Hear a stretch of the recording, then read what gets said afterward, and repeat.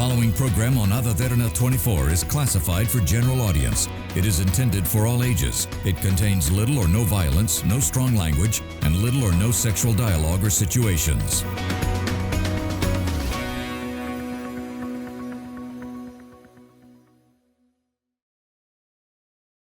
The following program contains opinions of the participants and does not reflect the views and beliefs of the Derana Media Network. The network believes in a safe space for all ideas to be expressed and on its duty to create such a platform for free speech. Viewer discretion is strictly advised.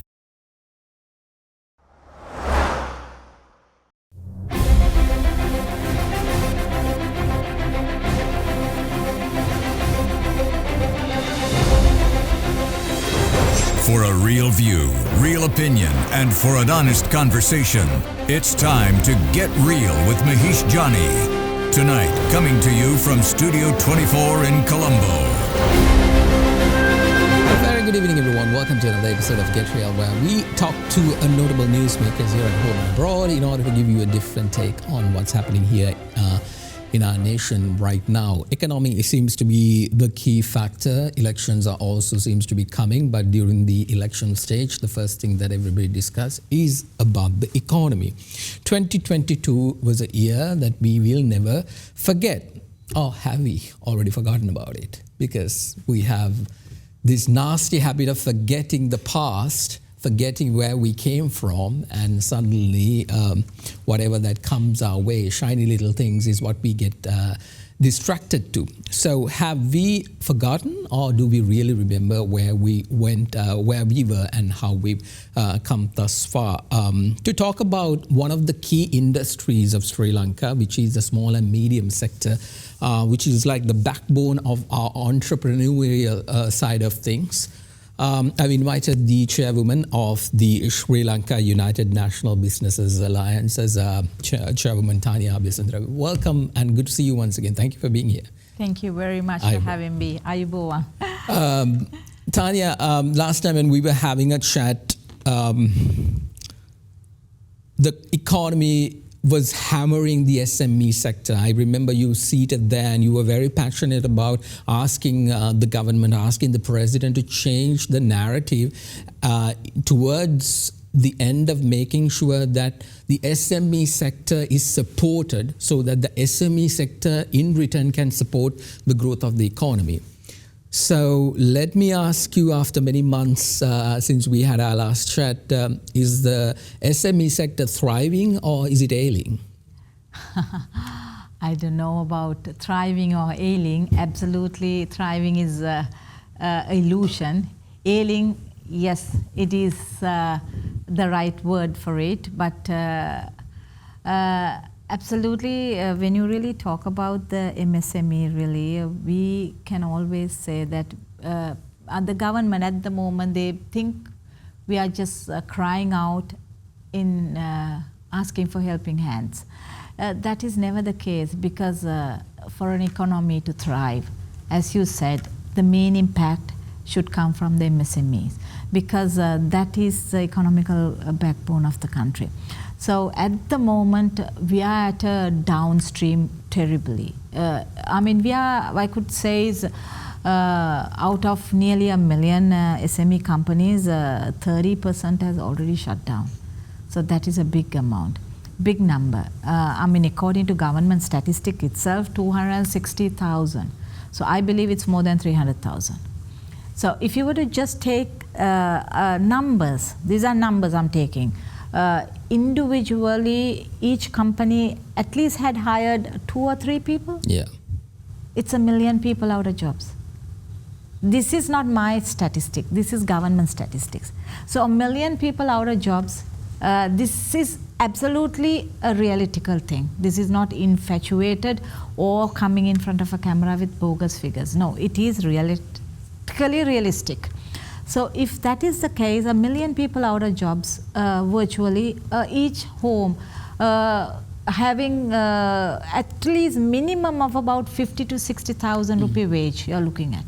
So if you have taken away that amount of wages from a household, and nearly 300,000 companies have shut down where they were creating at least a minimum of 5 million growth into each company take. So if you were to calculate, look at the loss of economical loss within the country itself. So this is, if you were to put this into numbers, I mean, like, what you're painting is a very grim picture indeed. But the conundrum that I have, the confusion that I have, is on that very same chair you are seated right now. A week ago, the State Minister of Finance was right there telling me economy is flourishing, Mahieash. Everything is working exactly as we planned, and things are on the path towards growth, towards economic prosperity. Sri Lanka is basically standing up. Is that not the case? Mahieash, I don't know, hallucinative talks or living in a bubble. All these people, all these government entities, they live in a bubble. Mahieash, how on earth can he ever come out here and talk about economical growth? The economy is on the move towards a 2 to 3 percentage of growth. Mind you, selling pieces of the country to foreign entities to run and bringing in dollars, is it the economical growth you're looking at? If the economy is growing, economical growth comes upon within the country. MSME has to be flourishing. They have to be standing on their feet. They won't be MPL on nearly 36% MSME companies are on MPL. Is that the economical growth? I mean, selling the country out to other entities and bringing in dollars to the central bank is not an economical growth. That's what I always said, the country was never bankrupt. Just because of the central bank was bankrupt, they didn't have fund management skills. They are talking about us not having fund management skills. What about them themselves, who is coming into these chairs and who is making policies? Look at them, look at what they are talking, look at the way they are managing their funds. Selling the part of a country. Now look at the calamity, look at the chaos, what happened in the immigration a couple of days ago. Is this the economical growth they are calling? They have sold the company's immigration to an Indian VHS company. And the immigration within themselves. The minister today said it's not an Indian company, it's the VFS, I think. Or whatever, it is not a Sri Lankan company, I mean, no world in the immigration is run by a private company. Immigration is your heart, mind you. And they don't sit in the airport and whenever the entity comes in to ask for your visa, why are you coming, what purpose are you coming, how on earth can they decide whom to give and whom not to give? And mind you, $25 of that is going to their company. So isn't this is the financial economical growth they're talking of?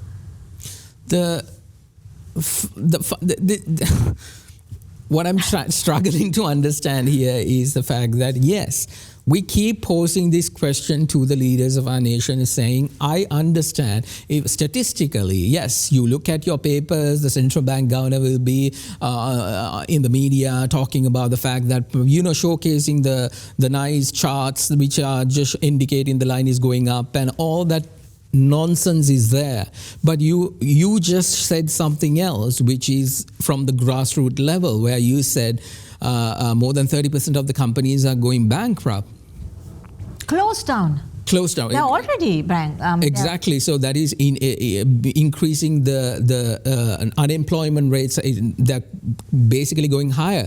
So is the IMF patch, the 17th patch that they are fixing for this economy, is working for the people of Sri Lanka? Because why I'm asking is, you are part of that grassroots level and you represent that alliance where local businesses, Sri Lankan businesses, we are trying to make ends meet. Does the IMF patch working, the 17th IMF patch, working for you all? I mean, Mahieash, everybody, all the government entities, first thing is what they put forward is the IMF as their shield guard. IMF is not the monster. Monster is the government, the central bank, the policymakers. They are the monsters. If I were to give you statistics, I mean, let me say in 2018, our MPL rate was about 680 billion.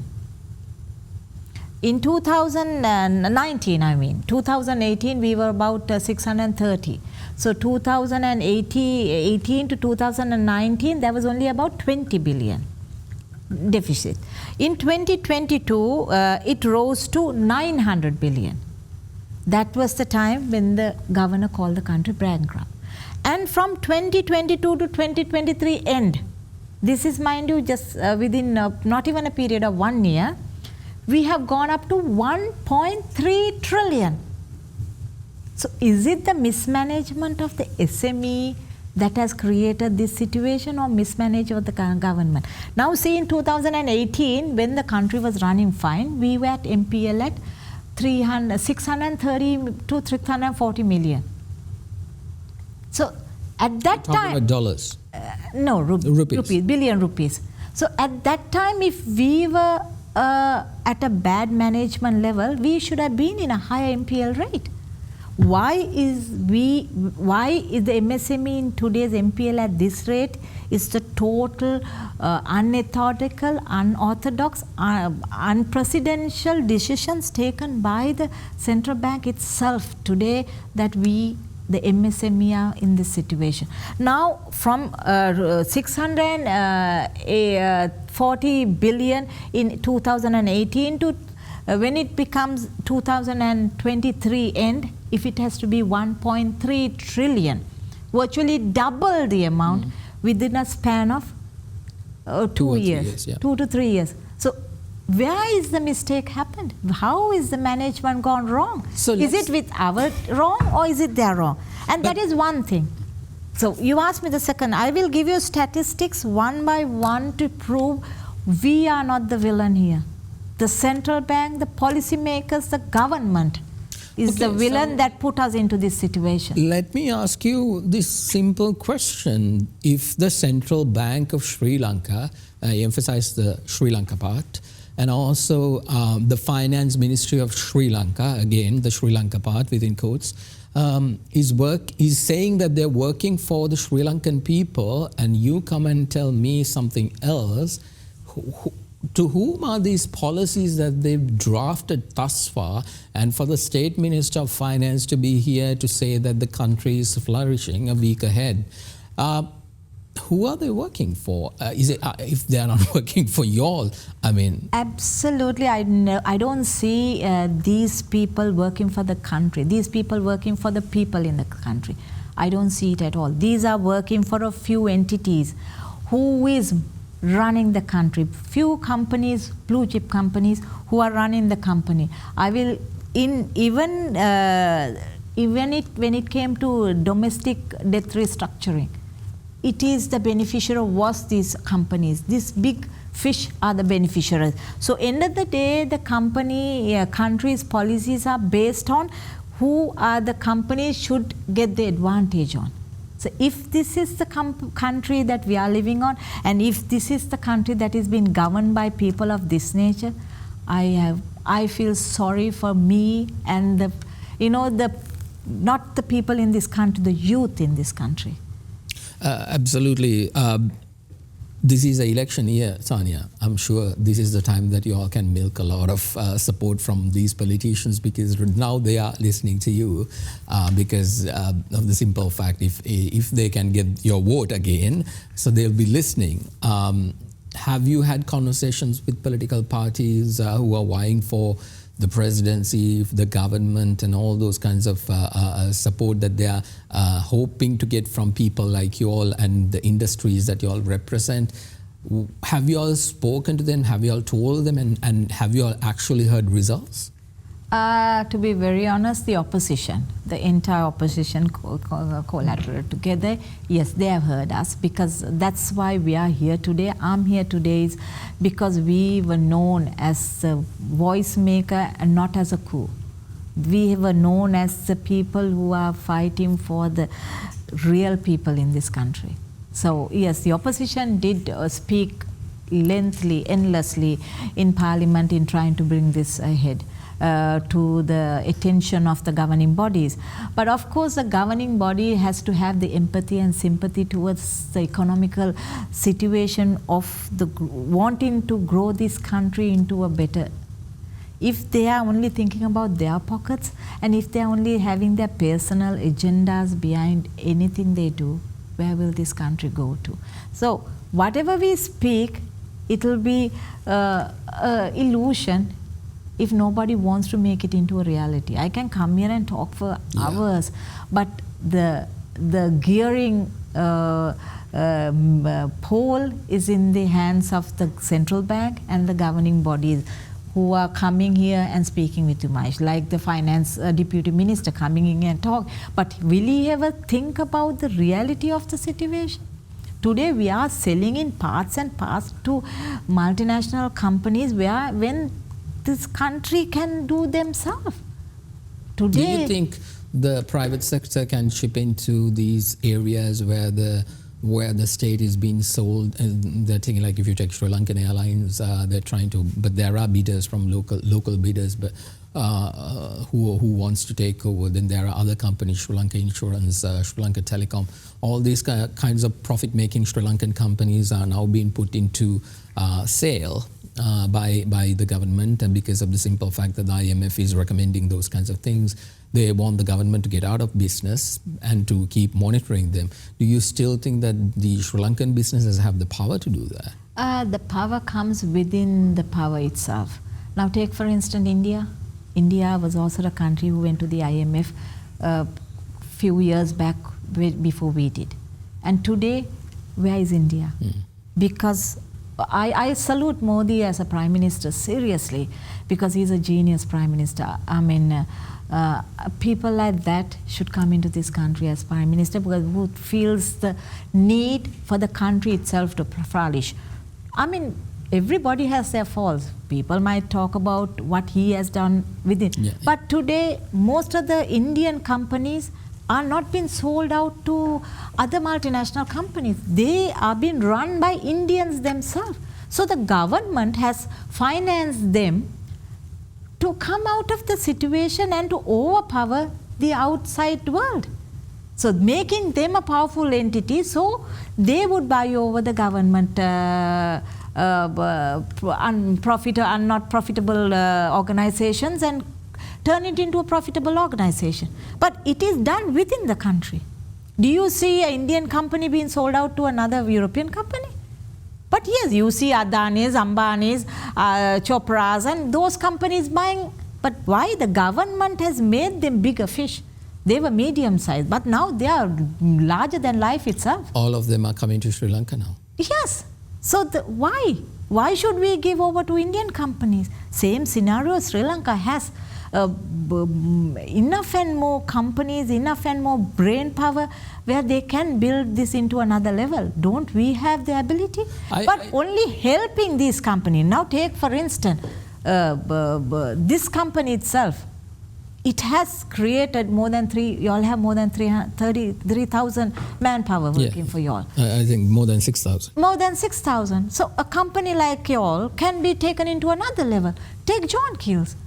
There are so many multinational companies that can be taken into another level and given them restrictions where the benefits should come to the country. We are letting you all help the country, but in other words, you have to help the country back. So these are things that governing bodies have to come. It's not selling the company for your own benefit and getting a buck in between. Absolutely. I want to get into what exactly does the small and medium enterprise sector needs in order to get into a place where they can actually continue to contribute to the economy. But before that, I want to take a short commercial break. I'm in conversation with Tania Abeysundara, the chairwoman of the Sri Lanka United National Business Alliance. This is Get Real with Derana.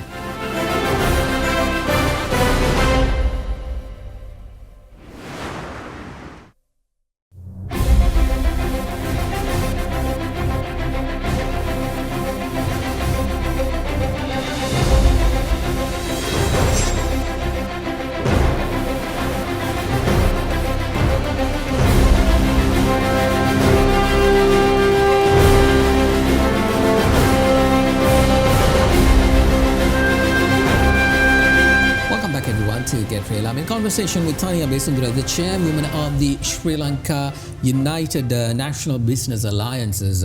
We've been talking about how the SME sector has been affected by the current economic proposals that has been patched to make sure that Sri Lanka is coming out of the crisis that we are in right now. The biggest question one of the questions that I have, there are tons of questions that I want to ask, but let's talk about the domestic debt restructuring efforts. Now, when the domestic debt restructuring efforts came in, this directly impacts your area, the small and medium enterprise sector. That entire sector is affected by that. And what the government said was, you all have to take a haircut. And they basically made sure that the EPF, ETF is, it got hammered in that process, but the government continues to say, no, it's not the case. We are taking care of it as well.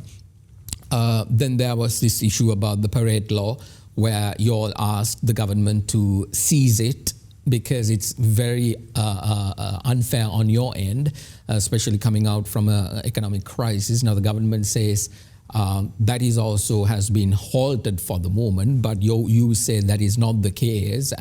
No, it has been halted. It will be made as an act. It will be tabled tomorrow in Parliament. So, Tania, what do you think about the domestic debt restructuring along with the ISB debt restructuring that is occurring right now?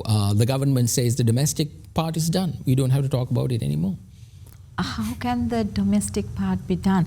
I mean, the CBL annual report itself says in 2023, the interest component rose from 82% to 86%.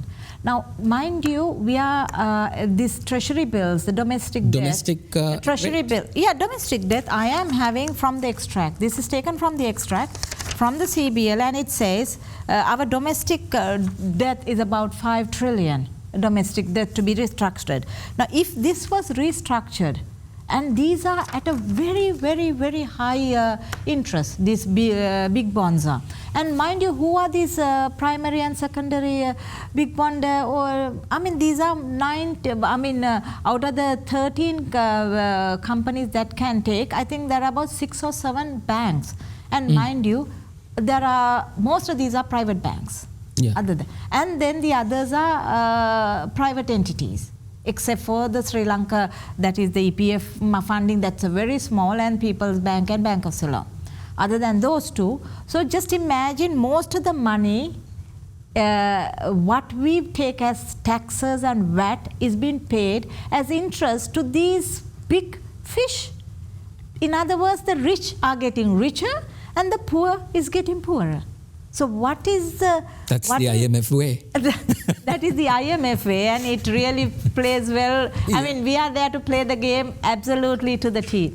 So, in other words, if this debt was restructured, how much of money we could have saved and put back to the economy, and we could have brought down the interest component. One of the arguments the government continues to make with regard to the domestic debt restructuring and the way that they went about it is to say that apparently they didn't want to make the stress on the banks higher, because they were scared that the banks might fall. So they wanted to look at areas where the shocks can be absorbed in other areas, and that's why this particular process was made in such a manner, because they really didn't want the banking sector to collapse. In a situation like that, how can you all say still, no, that is not the case, it is unfair by... Mahieash, I mean, what economy is that? These are good for advanced economical countries. I have told this sitting in your audience also, what unethical, unprecedented situation. Now you're talking about the banking sector collapsing. Now obviously if the MSME collapses, the banking will collapse because most of the lending is done to them. They are trying to this is an illusion created. Mm-hmm. Absolutely. How can the governor or the central bank say that if the domestic debt is being restructured, the banks are at a risk? No way. This is a daylight robbery, of white collar daylight robbery. This is absolutely another thing. I mean, we spoke about 2% central bank, robbery a couple of years ago, and it was a big tamasha. This is 100% worse scenario. This is a white-collar daylight robbery, robbing the innocent people of the necessary funding that should go into the government and supporting the economy. I have heard the central bank governor sitting in media conferences and telling with regard to the request that is made by the SME sector, stating that you all got to buck up and come and do your part as well in order to rectify. You all can't be hoping that the government is giving all the handouts possible and to make sure that your life is better. So what exactly is that you all are asking from the government, and the government saying, no, sorry, we can't give you anything, any of this? Mahieash, is the governor talking in correct senses to tell him that we have to back up and we are not willing to give handouts? We are not asking handouts from the government. He created this situation. He created this situation, calling the country bankrupt when it was never bankrupt. If he was bankrupt, the central bank can't go on such a huge salary increment. Where does this come from? I mean, he is the one who got up overnight and said, we are not paying the international debt and domestic debt. So if he can do that, we can't do anything. So there are two policies in the same country for two entities. White collars have a different policy and the poor people like us have a different policy. I mean, what on earth is he talking? We have backed up ourselves. We have pulled up our socks. We are fighting our nail, tooth, our last breath to, uphold the country and uphold our companies. We are not asking for handouts from the government. What exactly are you asking? We are only asking to do the correct thing by any country would have done. They put us into this situation. I just cleared out. In 2018, we were only on MPL 630 odd billion. Right now. And we are on 1.2 trillion after he coming in calling the country bankrupt. Right so now. Is it we who put us into this situation, or did he put us into this situation? If there is a fix, and if you all are telling, no, we don't need handouts, we just need the support of the government. What is this support that you're asking? We want proper policies made. We want absolute policies to protect the SME. That's what we want. Now the parata execution has been extended for a period of 7 months. I mean, really, this should have been called as an act before April. But we still lost time. Still, the banks are carrying out the executions up to date. And they have got despite the fact that the government said... yeah, the private banks are doing it. And the reason for that is? The reason for that is they have already got a legislation passed among themselves that they could carry out the old acts what was already pending to be dispatched. Despite what the government... Absolutely. The private two banks stopped doing it because obviously the most amount of lending from the private two banks are to their own friends of the government. If you were to take the CBL and Bank of Ceylon and People's Bank, most of the big lending is for government friendship people. So obviously, as soon as they stop, they are the ones who have been benefiting. I don't want to call out names here, that's not ethical, but they really know, they know the real truth. So who really got affected was the small and medium MSME companies up to date for sometimes for a little of 5 to 10 million. Mind you, it's a pathetic situation. What we are asking is laws to be drawn out in favor. We are not asking handing our free hands out. We are wanting a proper, evaluate these companies properly. Segregate. Now, nearly 36% of the companies are on MPL. Now, according to the government CBL annual report from 2018, they say it's 7.2%, but the real statistic is 3.4%. Right? So they have increased and decreased when it came to 2021. They are calling it 11% was MPL. It is really not 11%, it is 14%. But even 11%, okay. Now this is from 2000, but today we are nearly 36% on MPL. That's a huge number. That is a huge number. And okay, mind you, 1.2 trillion only, if you were to wholly calculate. But these big bonds, these treasury bills, what they should have restructured is 5 trillion. Wouldn't they have gained the interest component from there? Then that itself should have been enough to put back. Tania, let's talk about solutions right now. The IMF patch, the 17th patch of the IMF is now completely have taken over. It's like a cancer going in all the parts of the country. It doesn't seem to be like a way we can get out of it. Like you said, IMF might not be the devil, but apparently the people who keeps going to the IMF, despite the fact that solving issues here in the country seems to be the ones who are worshipping that particular entity. Government is also bringing in laws saying that we will not be able to remove ourselves from this particular economic path because they want to lock this IMF plan as we move on because I think there is some kind of fear from the government and most probably from the IMF part to say that the coming elections might scramble everything what they've done, because the opposition is very adamant saying that we are going to change the IMF agreement, whereas IMF continuously say no, you can't change or any of that. In a situation like that, how can the SME sector come in and support economic growth? I understand there are lots of problems, but we really want to get into positive economic growth numbers. We want to get into that 2%. We want to get into that 5%. We want to be at that 8% once we were. This nation was at a higher peak when Mahieash Rajapaksa was there as a president. I think around 5%, 5.3%. A very high peak. 2018. Exactly. So. Not to 2018, prior to that, 2015, prior to 2015. By 2018, they brought it down to 3% or 2%. But prior to 2015, our economic growth was around 5.3, 5.5. Now, those are high numbers that we were raking in, and we want to get there. How can the SME support that effort? Very simple, Mahieash. What the SME can support is, we have to first look at how is our economy structured. We have today become an import-oriented nation than an export-oriented nation. So how do we manage this? In other words, to be an import-oriented nation, countries like US and things can do it because their economy is strong. They have enough and more reserves, they have dollars.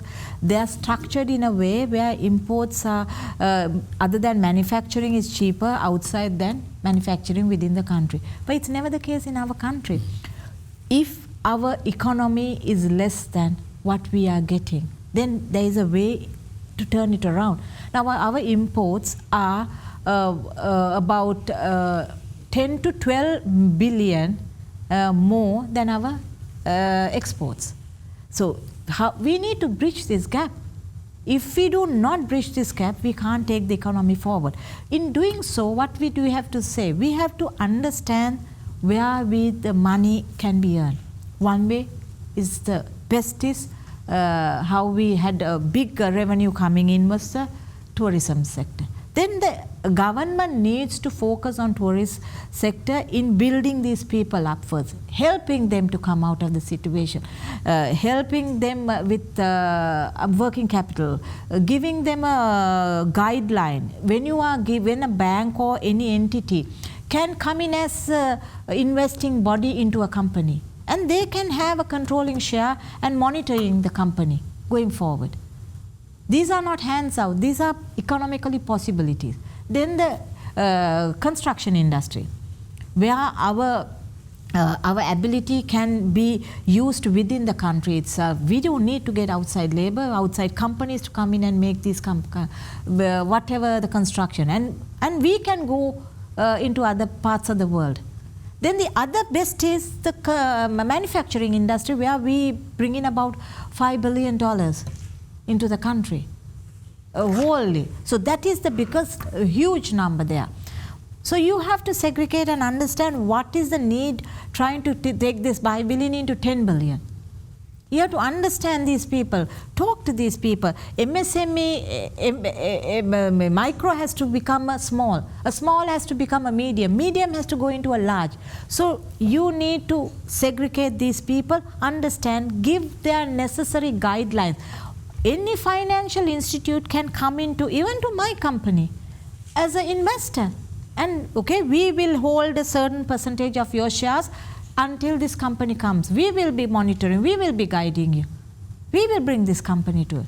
But the working ability is yours to bring it up. What we will give you the financial structure, how the company should be worked. This is how the economy should turn around. These are not impossible. Not selling parts on the parts to the neighboring country.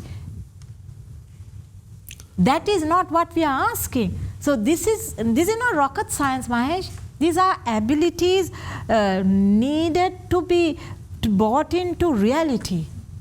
You need to have the empathy. You need to feel for the country. I mean, when I watched the movie, how Modi took over Kashmir, I felt so overblown. This is leaders. This is sort of leaders we should have. Country before anything. You need to have a country to stand on before you start doing anything. I know you said it's not rocket science, but apparently for most in the government, it looks like it's rocket science and they have no clue as to what's going on. I'm going to take a short commercial break. Having a conversation with Tania Abeysundara, the chairwoman of the Sri Lanka United Business National Business Alliances. This is Get Real. We'll be right back.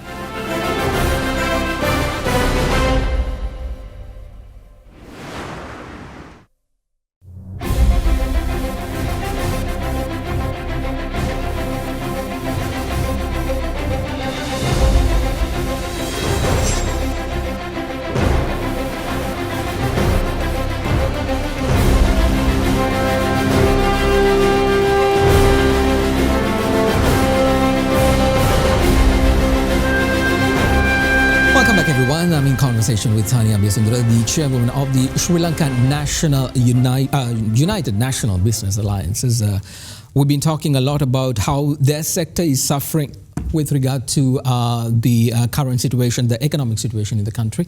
So finally, this is the final segment, madam. What I want to ask you about I want to touch more on this parade law that the government is holding at the moment, but it is in limbo because it's not being taken away completely. It's not also being implemented completely. So this is currently in limbo. Why do you continuously say that the government should get rid of this and allow the SME sector to grow? Or what kind of what is your proposal for the government in view of this? To be very honest, Mahieash, let me explain the parata law itself. This was a law really created in 1990s to protect the government financial institutes, because most of the time government financial institutes were run by government place bodies, so they can do for personal favors. So lots of government money can be squandered out. So that is why the parata was brought in. But in 1993, the private banks also wanted access to this, and in the former President Premadasa's regime, they managed to acquire this. The danger in this is a private bank really evaluate every detail of your business before they lend. Your project report, your ability, financial ability, your payable ability, your ability of understanding why you need the money. And doing all that, it's not like the government banks. Government banks, sometimes, most of the time, loans were lent out at that time on value of whatever the idea they had.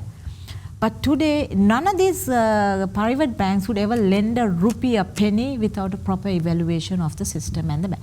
So anybody who takes the loan, their first intention, and especially MSME, it's not like the big fish.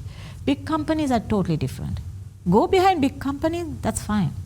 But MSME has to be given a second chance, third chance, because of the situation. So when these companies are being evaluated and given a loan, their main interest is not to go into the crib, because the crib is the evaluating point. If you are in the crib MPL, no financial institute would ever touch you. So do you think I want to be in the crib? No way. So same way, any small company don't want to be in the crib because they don't have the financial ability to back themselves up. So they want financial aid from these companies. So their first thing will be pay your loans. That's why in 2018, our NPL was only 600 odd billion. It's because everybody wants to pay. Yeah. So what happened was, then what happens is, when this parata thing, when the private banks took over this, they became a monster.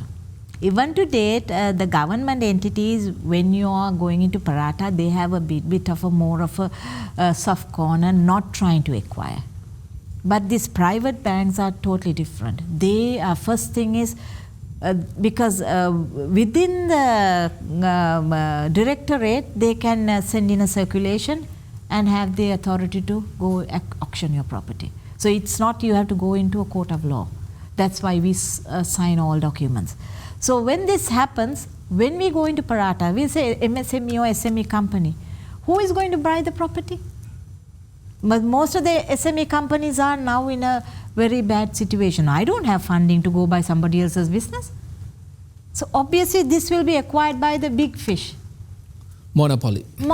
It will be a monopoly that will be created within few entities to run the country. So it will be, end of the day, these people will decide who will be running the country end of the day. So our vote is a non-entity because today's Sri Lankan elections is on money. Yeah. How much money you can spend is how much you can get the vote. So this is so what exactly are you asking? No, so what happens is, now we spoke about this and the government has given us a 10 months grace period, but it prolonged so much. Now it has come to 7 months. So in, I think, in December, the act will dissolve by itself. And we will go back to the same scenario. So within this 7 months period, for us to turn around, we need financial help. We need financial support. We need working capital. Then the government should come up with a solution for that. But then the other argument from the other side is saying we can't be just pumping money to your businesses. We also need our loans be paid. What is the action that is being taken from your end in order to make sure that those loans are also, the deal that you all make with the banks are also kept and met because if not, the banks will go into financial difficulties as well. So what they are always trying to tell you is, I'm sorry, we can't be continuously saying wipe these loans off. Absolutely true. The bank will say we cannot. That's where the government comes in. Our tax revenue, our government is spending 115%, 15% more than the collected revenue on unwanted things. One good thing is this 86% on these bills, treasury bills. You bring these down. You bring most of the unnecessary expenses down.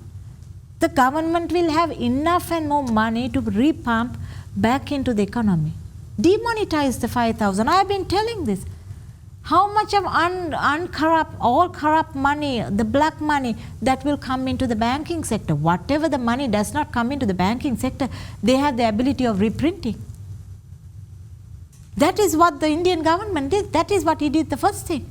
Whatever the money that did not come into the banking sector, you have. But the government and the governor and the central bank is saying, no, you can't do that. You are disturbing the financial structure.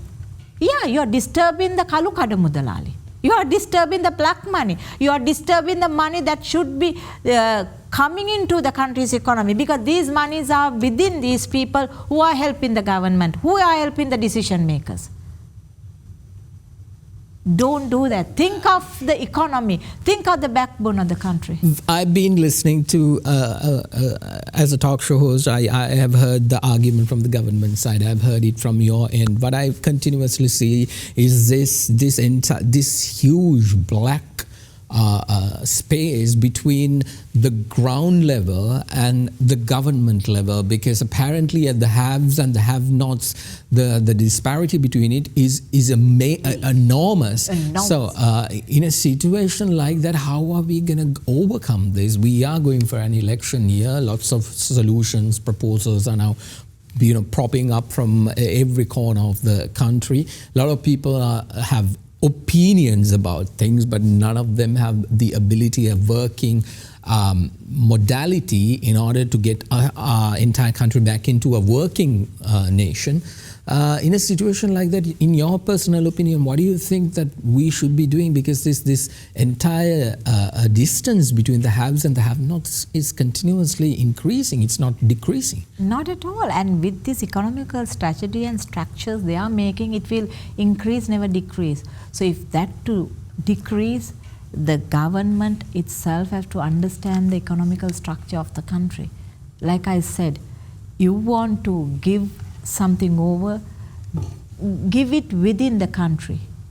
There are enough and more people. So the money stays in the country, not going out of the country. So economical growth has to be done with an understanding of how this could develop. I mean, haphazard, unethical, unorthodox decisions for that moment is not a solution, Mahieash. We have to think of long-term, medium, immediate solution. There are immediate solutions that should be taken. Then we have to make a long-term policy. And the government in this country has to turn into policy. It should be made national policies. No government body cannot come and change policies. National policies have to be made. We don't have national policies. Why do you think we can't get to that point? Because this is something that I think since the 90s everybody has been talking about. We have to have a national policy that does not change, because every single country that has made well had a national policy that has continuously been the same. So why do you think we can't get to that? Simple reason. There is only one reason why we can't get to it. Because of the politician has the ability of keeping the poor poor, and if a national policy is being created, their power, their strength, and their call themselves VVIP will be lost, because there will be another body. Because you would not want a politician there.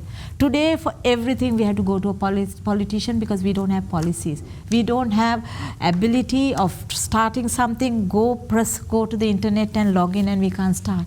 End of the day, we need somebody else's handout for us to do something. If national policies are being created, their power, their high-end mighty power will be lost. They will be just you and me.